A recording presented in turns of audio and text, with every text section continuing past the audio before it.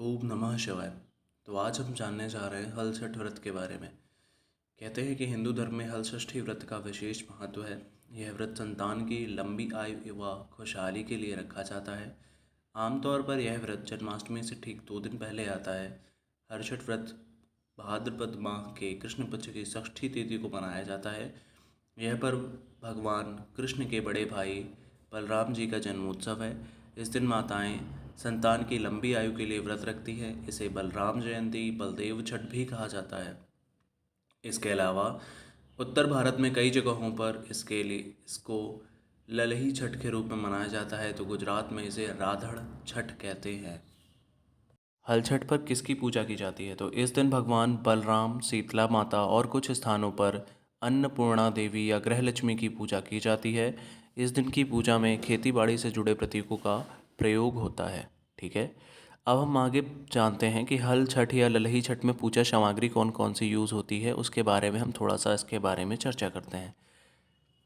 तो हल छठ में भैंस का दूध, घी, दही, ऐपण, गोबर, महुआ फल, फूल और पत्ते, ज्वार के बीज, छोटी मिट्टी के कुल्हड़, प्याले, धान का लाचा, हल्दी, नए कपड़े, जनेऊ, कुश, देवली छेवली, लाल चंदन, मिट्टी का दीपक, 7 प्रकार के अनाज जिनमें से होते हैं जैसे कि चना, जौ, गेहूँ, धान, अरहर, मक्का और मूंग, और तालाब में उगाए गए चावल, भुने हुए चने, घी में भुना हुआ महुआ।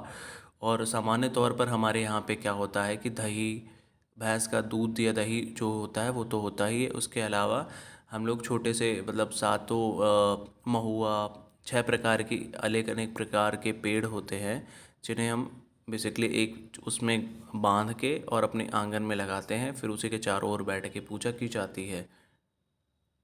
उनमें एक जैसे बेरी का पेड़ होता है, उनमें बेरी के कांटे होते हैं, आपके यहाँ पता नहीं क्या कहा जाता है, बट हमारे यहाँ पे उसे बैरी कहते हैं।